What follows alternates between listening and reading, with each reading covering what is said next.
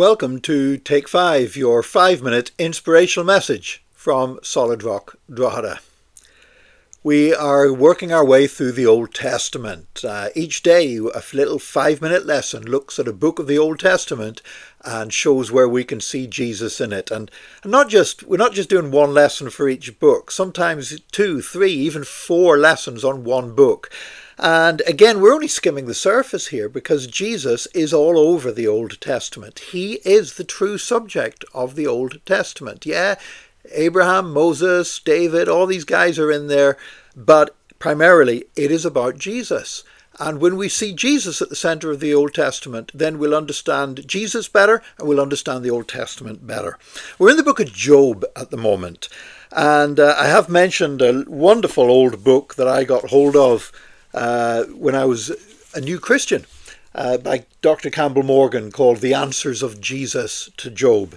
And Job really does, if you like, set up on a plate the questions ready for Jesus to provide the answers. Questions about suffering, questions about pain and grief.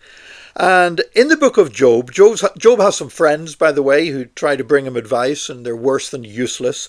And Job has to just wrestle with God and wrestle with the issues that he's having because of the suffering that's happening in his life. And Job wanted to understand, but he knew that he couldn't have a conversation with God the Father about this because God was too great for such a conversation to take place. And in fact, in the book of Job, there's this amazing passage in chapter 38 where it speaks about how God's understanding is so great. And God says to Job, well, where were you? Where were you when I created the earth? Where were you when I did this? Do you know where the snow comes from? Do you know where the wind comes from? And all these kind of questions. And Job says, no, it's too much for me. Job knows that he couldn't have a conversation with God to ask why these things were happening and what the answers would be. And Job he comes to this realization that if only such a thing were possible, he needed God with flesh on him. He needed God that would also be like a man that he could talk to. Job realized he needed somebody that could be both God and man. And until that were to happen, he's not going to get an answer to his questions. And of course, we know, with the benefit of hindsight, that Jesus is the answer to that question and that desire of Job's. Because Jesus came as 100% God and 100% man. Now that's really important. You know, when you study church history, you see that some of the greatest battles that the early church fought, there was the battle against persecution, of course, but there was also the battle against false teachings coming from within. And most of the false teachings that the early church had to deal with were some groups. Thank God they were only little groups. They never got great influence in the church, and the church was able to recognize them as being false and to move beyond that. But there were groups, some of them would deny that Jesus was fully God. Even similar today, for example, to an organization like the Jehovah's Witnesses that says Jesus is a God but not God.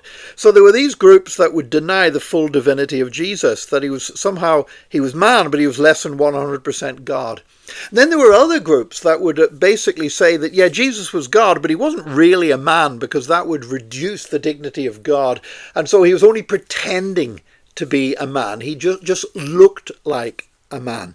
Some went too far as to say he didn't actually die on the cross. He only looked like he died on the cross because he was just pretending to be a man. The early church quite rightly realized that both of these heresies had the potential to destroy the message of the gospel, because for the gospel to work, Jesus is 100% man and 100% God, because then he is the mediator for which Job was asking. And 1 Timothy chapter 2 verses 5 and 6, in the face of priests that would set themselves up as mediators between God and man. And that can be Jewish priests, or it can be pagan priests, or it can be so-called Christian priests. 1 Timothy chapter 2 verses 5 and 6 says, "For there is one God and one mediator between God and man, the man Christ Jesus, who gave himself as a ransom for all people." Jesus is indeed the answer to the questions of Job. And Jesus is the mediator that Job was looking for. And that's why I see Jesus in the book of Job. God bless you today. Join us again tomorrow for another Take 5, your 5-minute inspirational message from Solid Rock Drogheda.